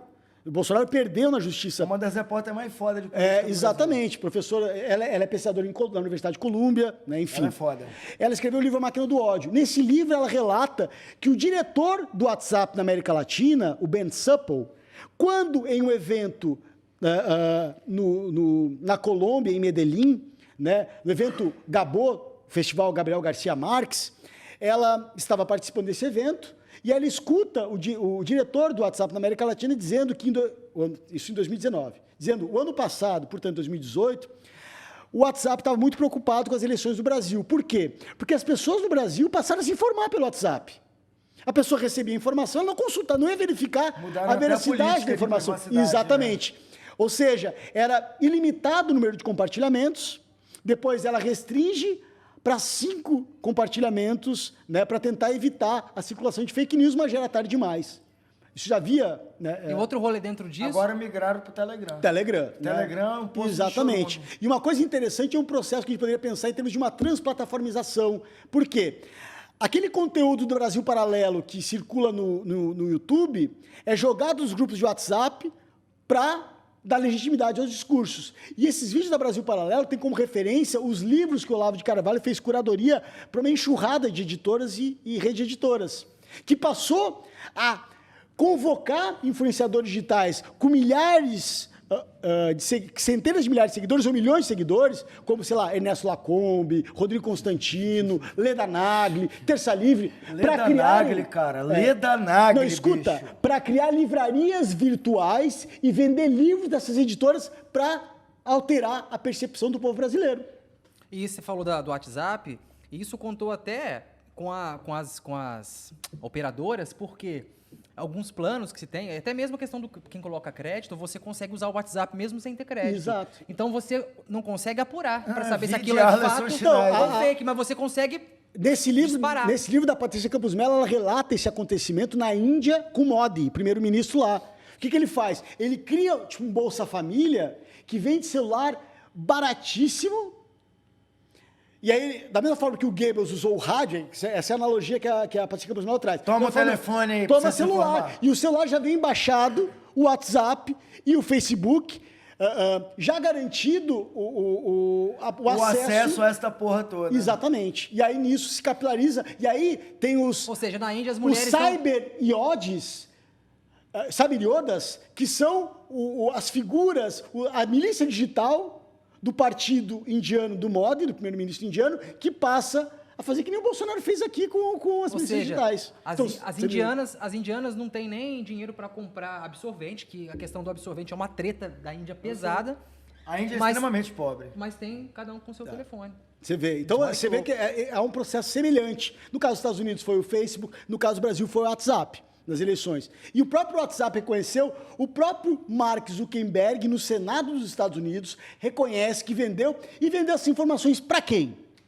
Uma empresa chamada Cambridge Analytica. Era essa a palavra que eu queria lembrar, Cambridge Analytica. Era liderada por quem? Pelo Steve Bannon, que é parceiro do Olavo de Carvalho e que ele... Olha que Caralho, louco. nós fizemos um programa sobre o Olavo de Carvalho hoje, né? Ainda bem que tá... Só que o Olavo de Carvalho tem um grande Caralho. adversário conservador e que é um conservador de esquerda. Parece que é um maluquice, né? conservador de esquerda? No caso, a referência do... O Olavo tem um livro escrito com esse autor, inclusive, que é o Alexander Dugin, que é o Olavo do Putin. Ou que foi o Olavo do Putin. O Alexander Dugin é um sociólogo, né, que escreveu um livro com o Olavo de Carvalho, que na verdade foi um debate dos dois, né? O livro é Os Estados Unidos na Nova Ordem Mundial, onde o Alexander Dugin e o Olavo de Carvalho se opõem. O Alexander Dugin, russo, fala português muito bem. Inclusive, hoje, existe um grupo dentro do PDT, duguinista, conservador, Pô, que triste, de esquerda, cara? Logo triste, o PDT, né, velho? É triste. E, inclusive, um grupo chamado Nova Resistência, que faz parte, eu tenho pesquisado desse pessoal Brizola também, deve estar lá. né, a se revirando. Tabata deve estar vibrando, né? E o Dugin, ele é um bolchevique conservador. E ele é um crítico do Olavo de Carvalho e Steve Bannon, por quê? Porque para o Dugin, ele tem uma tese que é a chamada Quarta Teoria Política, que é o livro dele, assim, a proposição dele vai dizer o seguinte, olha, a modernidade, ela se caracterizou por três teorias políticas, né? O liberalismo, o comunismo e o fascismo. O comunismo e o fascismo perderam essa disputa e o liberalismo se tornou hegemônico, né? Então, o Dugin, nesse livro, ele defende uma perspectiva anti-liberal, anti-americana, e ele mescla comunismos meio russo, assim, com fascismo para pensar uma abordagem antiliberal. Então, ele é um pós-fascista, digamos assim. Né? Que bosta. E é um cara conservador e se coloca como a esquerda, como se estivesse à esquerda, e ele vem do bolchevismo também, né? Tem um certo ressentimento, e é uma pessoa altamente articulada. Se vocês colocarem no YouTube Nova Resistência, vão ver entrevista Vou colocar não, dele. cara, você me desculpa, Né? mas eu não Para quem tiver estômago, né? Assim, mas é interessante porque ele fala português muito bem, fã de Ariano Suassuna, né? Assim, é muito curioso isso, né? Essa abordagem. Essas incoerências. São incoerências e ele é conservador e para ele, o Steve Bannon e o Olavo de Carvalho, eles não seriam conservadores tradicionalistas porque eles naturalizam a economia de mercado, concorrencial, o liberalismo. Para ele, conservadorismo, ele é tradicionalista e não neoliberal. Então, para ele, o conservadorismo que nasce nos Estados Unidos na década de 50 não é conservadorismo, porque não tem o elemento tradicionalista, porque também tem outra questão interessante, o Dugin está muito mais associado à Igreja Ortodoxa do que à Igreja Católica, Vaticano, digamos assim. A né? política, ela sempre teve atrelada à igreja? Como? A política, ela sempre teve atrelada à igreja? Então, depende do que a gente entende por política. Né? Eu acho que política ela é muito mais do que a relação da sociedade com o Estado. Né? Então, nesses termos, né, política, não. Nesses termos, não. Agora, se a gente pensar a política numa chave mais eurocêntrica, mais ocidêntica, digamos assim, a gente vai pensar, não, sim, a política, ela nasce nesse contexto, né, de uma teologia política, né, e depois... O que é política? Hã? O que é política?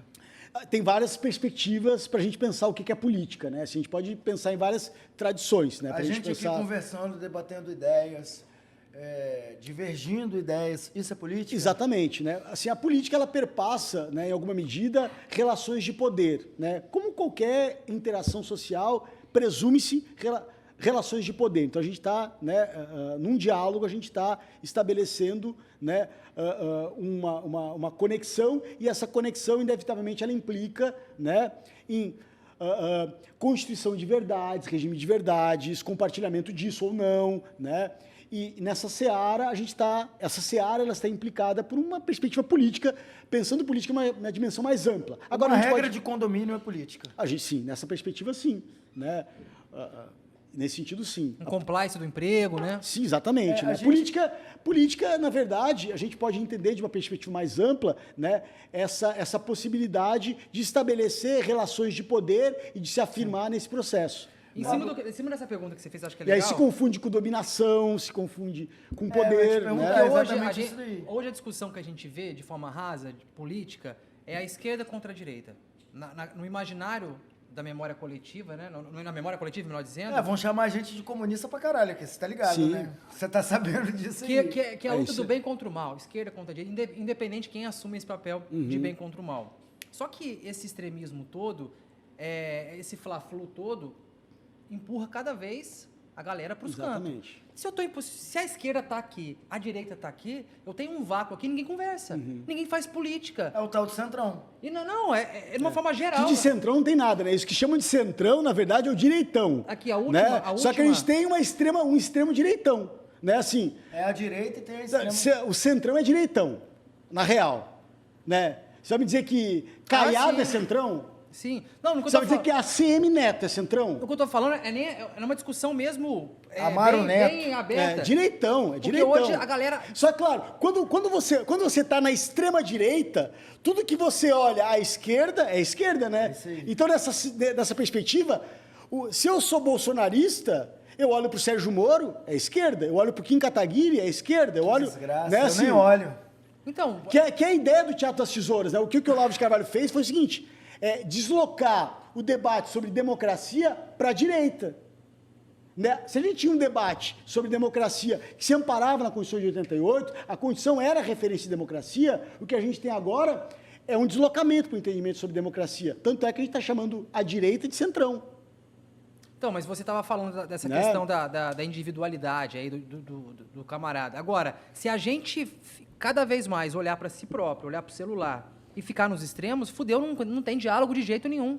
Nem só na esfera político-partidária, como em qualquer outra. Você não consegue dialogar numa reunião de condomínio. Você não consegue dialogar dentro de casa. Os dados agora mais recentes, né? A gente está gravando esse episódio em agosto para exibir em setembro, mas os últimos dados da pesquisa...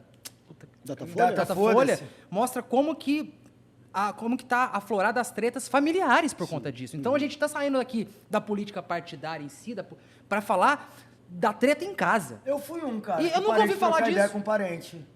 Não, mas Porque todo mundo fez, Eu não ué. vou sentar na mesa para poder abraçar quem apoia, aquele que endossa a violência contra o jornalista. Isso não vai acontecer. Eu não vou sentar para debater com um parente meu que chega e fala mito. Mito é o caralho, rapaz. Isso não vai acontecer. Então, Mussolini- antes de eu mandar minha tia pra puta que pariu, eu não sento para conversar com ela, porque eu não vou entender. No Congresso de 22 em Nápoles, Congresso Fascista de 22 de Nápoles, né, o Mussolini era tratado como mito. Pau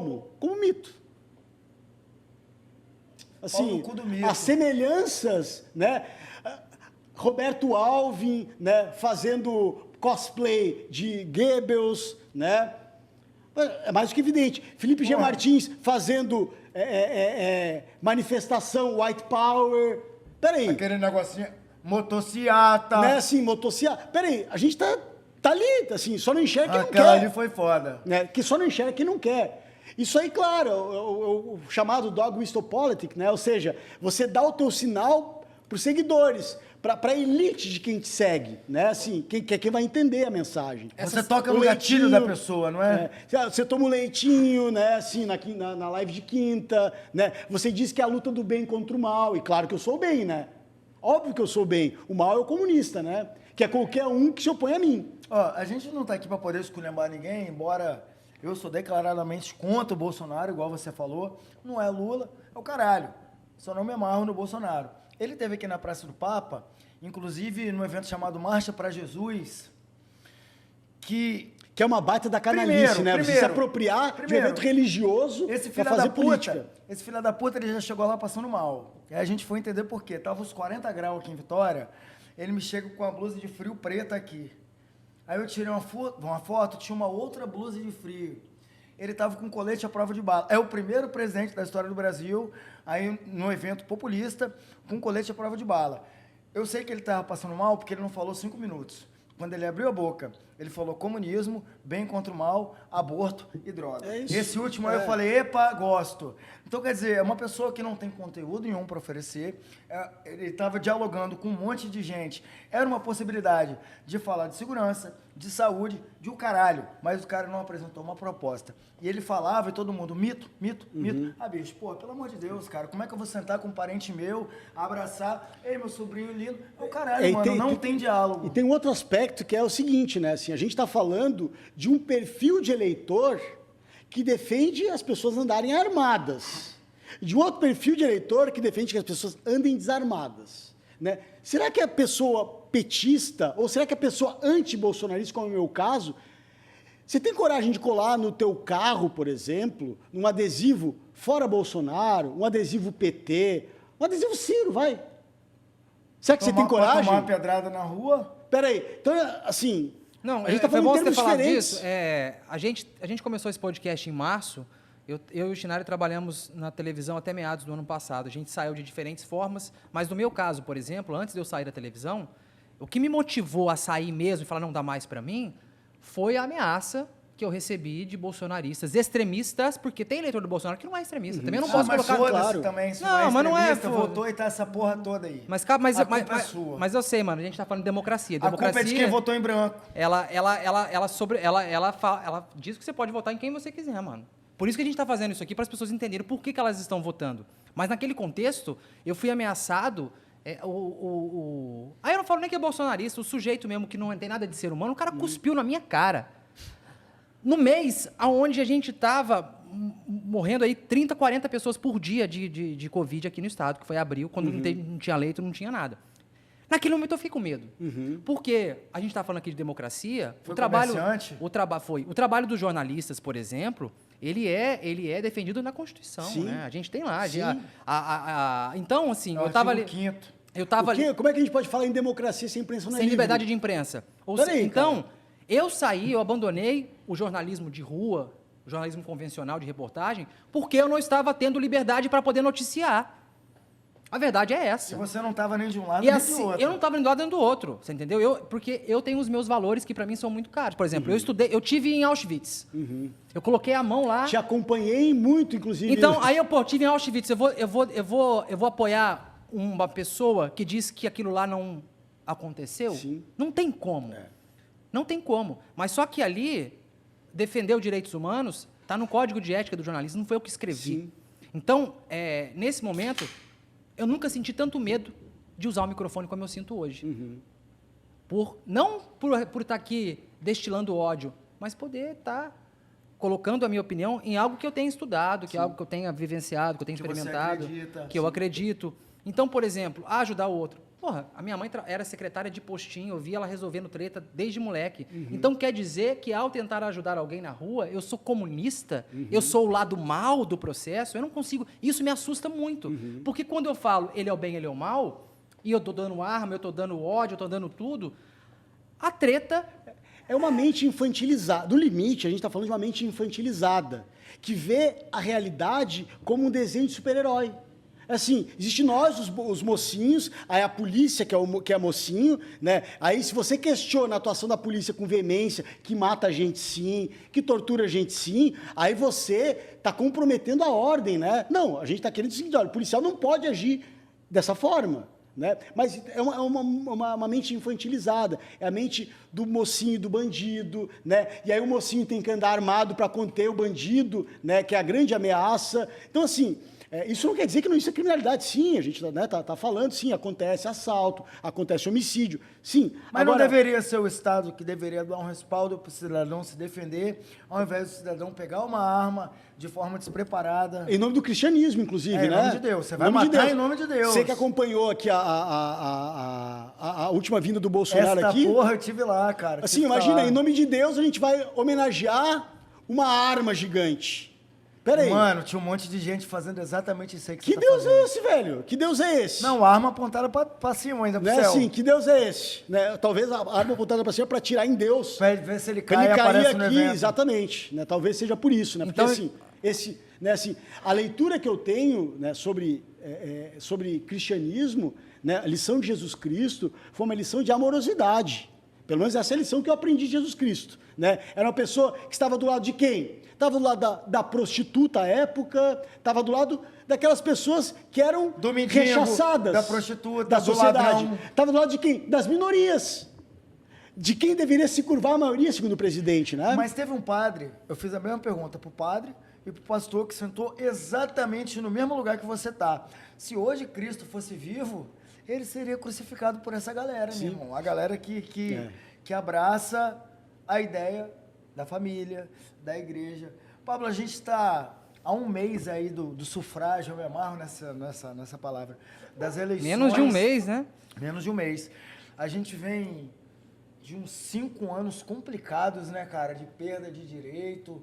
Esses últimos 6 meses foram coisas absurdas. A gente está vendo algumas manobras para o governo federal ter de volta a população. Por exemplo, baixou o preço do combustível, com o negócio de ICMS, está liberando FGTS inativo. Daqui, de agora, de hoje... Bolsa para caminhoneiro, bolsa para taxista. Até o final do ano, muito direito vai ser retirado ainda, né, irmão? Sim. A gente vai ter muita decepção ainda como brasileiro. E uma né? coisa que é curiosa é que o discurso do Bolsonaro era o discurso do Poço Ipiranga, né? O discurso Paulo Guedes, o discurso liberal. Né? Então, assim, ele era contra auxílio, não foi? Ele era contra o auxílio. Agora tá dando tudo aí. Né? Agora, o auxílio veio dele, né? Se agora mudou... Peraí, não dá para levar a sério quem não tem a capacidade de avaliar que o Bolsonaro ele era contra o auxílio. Que o Paulo Guedes era contra o auxílio. Ele foi o único deputado federal que votou contra a PEC das domésticas. Exatamente. Então, assim, agora ele só autorizou tudo isso, ele só demandou por tudo isso, por quê? Porque a única chance de ele vencer as eleições. Única chance. Né? E que, assim, pelo visto... Não vai rolar. Não vai rolar. Tomara. Né? Assim, pelo visto não vai rolar. Pablo, aqui no nosso podcast a gente tem um quadro chamado Poca ou Não Poca. Você que falou que acompanha o nosso negócio, você já deve estar ligado. Onde que o Poca é uma parada positiva e o não Poca nem tanto. A gente vai levantar aqui umas 4 questões rapidinhas. Você fala se Poca, se não Poca, e você pode justificar ou não o porquê da sua resposta. Eu já queria começar te provocando, roubando aqui a fala do Chicarino.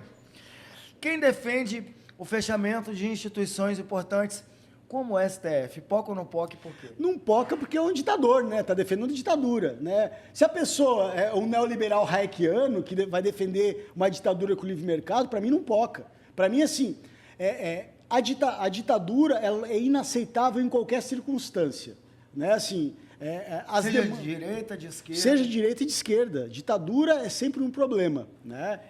E quem defende a volta do militarismo ou que chama o golpe de revolução?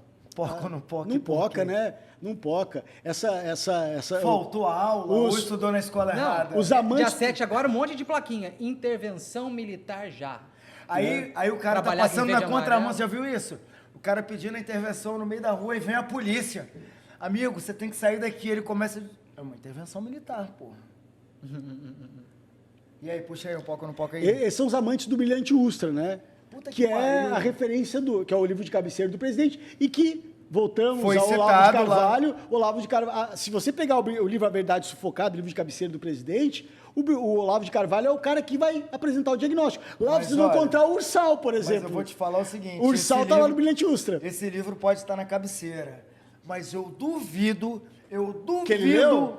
que ele tenha aberto uma página e não sabe nem ler essa porra. Tem mais de 600 páginas. Você acha que vai ler? Ué, tem uns 2 anos que ele falou, né, que não, que livro é muita folha. Que Eu só leio a figura, né? Vai assistir Praça Nossa, cara, no lugar de leitura. Você acha que vai ler? Não vai, e essa polarização política que a gente vem acompanhando aí nos últimos 2, 3 anos, que ficou cada vez mais intensa.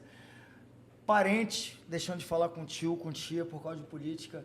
Poca ou não poca, e você consegue enxergar uma reversão, uma melhoria desse quadro aí nos próximos meses, talvez anos, cara, porque para consertar a cagada que foi feita, vai demorar. Ou esse ódio todo veio para ficar? Então, eu gostei muito de uma fala, né? Gostei no sentido de, não de achar legal a fala. De admirar, né? Mas, assim, uma fala triste, mas um bom diagnóstico, do Marcos Nobre, né? Que é uma figura muito importante das ciências sociais no Brasil. E ele fez uma avaliação que eu achei interessante. Ele diz o seguinte, olha, é muito provável que o Bolsonaro perca as eleições, porém, o bolsonarismo vence. Né? Porque o Bolsonaro vai perder, mas o bolsonarismo que foi construído pelo Olavo de Carvalho, né, pelos militares, pelos institutos liberais, ele vai permanecer, lamentavelmente, como o trumpismo permaneceu nos Estados Unidos. Né? Então, assim, houve um processo de de subjetivação de uma parcela significativa da sociedade brasileira que passou a naturalizar o pretenso diagnóstico do Olavo de Carvalho, que é reproduzido por Brilhante Ustra, que é reproduzido por Instituto Liberal, a partir de autores como Hayek, por exemplo, e que vão ter como liga, como elemento aglutinador de diferentes forças políticas, o anticomunismo. Então, o anticomunismo que a gente viu lá na década de 60, por exemplo, e que serviu de base para o golpe militar, a gente vai continuar vendo isso. Agora, o nosso papel aqui, por quê? Também por quê? E aí eu volto ao que a gente estava conversando até antes do programa, né? Assim, olha que coisa surreal. Você imagina um aluno do ensino médio que está tendo uma aula sobre a ditadura militar na disciplina de História, Do golpe. que vai procurar no YouTube. Eu quero fazer uma pesquisa sobre 1964 no YouTube. Aí ele vai colocar lá no busca lá do YouTube, 1964. Vai aparecer para ele. Qualquer um que está assistindo aí, faça essa experiência. Esse exercício. Vai colocar 1964, vai aparecer 1964, Entre Armas e Livros. Vídeo do Brasil Paralelo, que nega a história relatada pelos pesquisadores da história, que é consensual no contexto brasileiro e internacional, mas vai ser tomada a narrativa da Brasil Paralelo. Por quê? Porque quem mais paga publicidade no YouTube, quem mais paga publicidade na Meta, Facebook, WhatsApp, Instagram, é Brasil Paralelo. E ao pagar, ela diz o que as pessoas devem assistir. E a esse aluno do ensino médio tem aula sobre a ditadura militar, quando assiste Brasil Paralelo, vai chegar na sala de aula depois e vai fazer o quê com o professor dele? Chama o professor de comunista, diz que o professor está errado e vai criar um problema na sala de aula. Por quê? Porque a Brasil Paralelo está desinformando e produzindo uma subjetivação que vai contra qualquer perspectiva democrática. E tudo isso em nome da liberdade de expressão. Uma liberdade de expressão que, segundo Foucault, não implica na potencialização das liberdades, ao contrário, implica no consumo da liberdade. Em nome da liberdade de expressão, eu destruo as liberdades. O que é a liberdade de expressão? Aonde que está a diferença entre ter liberdade de expressão, de ter um espaço igual esse nosso aqui para sentar e falar merda? Por exemplo, eu não posso falar assim, ó, o Schneider, o Chica, eles estupraram uma criança de 6 anos de idade ali na esquina. Posso falar isso? Mas, eu tenho liberdade. Você está querendo limitar a minha liberdade, poxa? Me processa, então. Deixa eu falar. Deixa eu falar, me processa. Aquela cena do Monark lá, que deu o que falar muito, alegaram isso. Pô, a liberdade de expressão. Como é que alguém pega o microfone com 200 mil pessoas assistindo ao vivo e fala que deveria ter um partido nazista no Brasil? Já teve, eu falei, já teve. O que é um absurdo, né? É igual o nazista boliviano. Mas olha só, olha que interessante. O Eduardo Bolsonaro tem 2 projetos de lei, um em 2016 e outro em 2020, que defende a criminalização do comunismo. Comunismo, lê-se ambientalistas, lê-se público LGBTQIA+. É o conceito deturpado que eles têm. É a mesma galerinha que eu porque é intervencionismo, é coletivismo. Então, você vê, há um processo de criminalização da apologia ao comunismo. E o Olavo de Carvalho e o Eduardo Bolsonaro vão defender, por exemplo, que os partidos filiados ao Foro de São Paulo, PSB, o do nosso governador Casagrande, PT, PCdoB, PSOL... Não, o Casagrande é fachada de comunista. Sejam criminalizados e os parlamentares eleitos percam seus mandatos. É a proposta do Olavo de Carvalho, isso que ele apresentou em 2019. Ô Pablo, eu sei que você não é mãe de Ná, mas essa semana aí a gente tem 7 de setembro. O ano passado foi falado, houve muito pânico moral em torno do 7 de setembro. E esse ano, novamente, inclusive aqui mesmo no Estado, em outras falas, o presidente vem convidando as pessoas a participar do 7 de setembro, inclusive convocando. Esse ano, se não mudar nada, deve ser no Rio de Janeiro. Pela primeira vez, o desfile de 7 de setembro vai ser em Copacabana. Hoje eu estava lendo... Aqui tem o Grito dos Excluídos, que é bem legal. Então, aí, Copacabana é estratégico, porque porque na visão dele ele vai estar... Vai estar conversando com o público dele. E o público dele vai se misturar em meio a forças auxiliares, forças armadas, enfim, no dia que está todo mundo na rua. Só que esse dia que está todo mundo na rua, eu lembro do 7 de setembro, na minha cidade era foda. 7 de setembro, a gente ia caminhando a pé até o centro, chegava lá, ficava ali na calçadinha, vendo a escola desfilar, vendo a polícia desfilar, era legal. Nunca me amarrei, cara? Não, me amarrei, porque era algo... Pro interior, isso era um acontecimento. Era um evento, né? Eram duas vezes no ano, era 7 de setembro e 9 de julho, que era o aniversário Da cidade? do fim da Revolução de 32, que Cruzeiro foi onde foi assinado o armistício, o fim da guerra, da Revolução de 32. Então lá tem uma data simbólica. Isso foi muito legal. Agora a gente vive o 7 de setembro como se fosse... Fudeu, o que vai rolar agora? O que essa pessoa vai fazer? Sem contar que é uma data fictícia, né, Que cara? você acha? De uma história que nem aconteceu daquele jeito que é contada, né? Sim. Mas é uma Já data começa aí. é uma data que tem a ver com liberdade. Foi quando a gente saiu do papel de colonizados para ter a nossa própria liberdade. Que é o que diz. O que esperar para essa semana como é que fala? O que pode acontecer após esse 7 de setembro? O que você acha do ponto de vista político, social? O que pode rolar? Eu acho que assim, é algo bastante imprevisível. Porém, o bolsonarismo e o Bolsonaro não têm a mesma força que tiveram em 2018. Porque em 2018 eles eram a oposição. Não eram uma oposição, eram a oposição. Tanto é que venceram as eleições, né? Agora, o bolsonarismo ele é a situação. E a situação do bolsonarismo é uma situação bastante frágil. Por quê? Nada cômoda. Vide o dólar, vide a gasolina, vide o preço de alimentos, vide tudo, né? Assim, a justificativa é a gente enfrentou a pandemia. Sim, enfrentamos. Agora, o Brasil, em relação aos demais países que também enfrentaram a pandemia, está numa situação muito pior, né? E mais, os bolsonaristas são tantos e são tão pretensiosos que eles não conseguem, na minha perspectiva, eles não vão conseguir direcionar os votos como eles conseguiram em 2018. São muitos. Polarizou entre eles. Entre eles. E assim, é um querendo ser mais bolsonarista que o outro. Não, a gente tem, por exemplo, o Abraham Weintraub, que ele se tornou mais bolsonarista que o bolsonarismo. E que agora está criticando o Bolsonaro. Exatamente. Por quê? Porque ele se reconhece como um conservador raiz.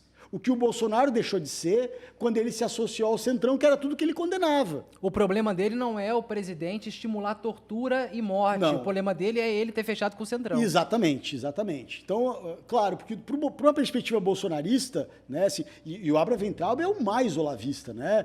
O Abraham e o Arthur Weintraub, irmão dele, assim, tem vídeos dele na internet que, você tem que fazer que nem o professor Olavo de Carvalho diz, está na frente de um esquerdista, tem que xingar ele. Vídeo falando isso, desse jeito. Tanto professor legal que eu tomo como referência, fico puto. Professor.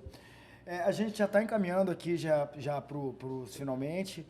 Foi um episódio um tanto quanto denso, né? Você que está assistindo aí, desculpa, às vezes aqui é a revolta, mas é porque tem situações que realmente não dá para ficar quieto e a gente vai utilizar Exatamente. o nosso espaço para poder falar. E, Pablo, eu falei isso pro Schneider porque é claro quando a gente resolve, porque a ideia do Pode Pocar, a gente estava conversando antes de gravar, né?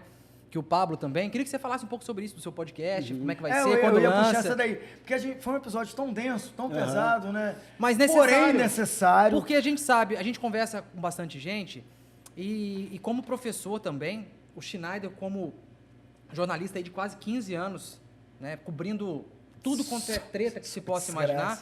Então a gente une forças aqui para ter um conteúdo responsável, um conteúdo diferenciado, um conteúdo rico, mas também o conteúdo tem que ser necessário. Eu sei que as pessoas, mas a gente precisa falar porque disso. tem vezes que eu precisam saber disso. Porque nessa época de repórter policial, de 2018 para cá, eu sofri muito, velho. Dentro de delegacia, dentro de hospital, de DML.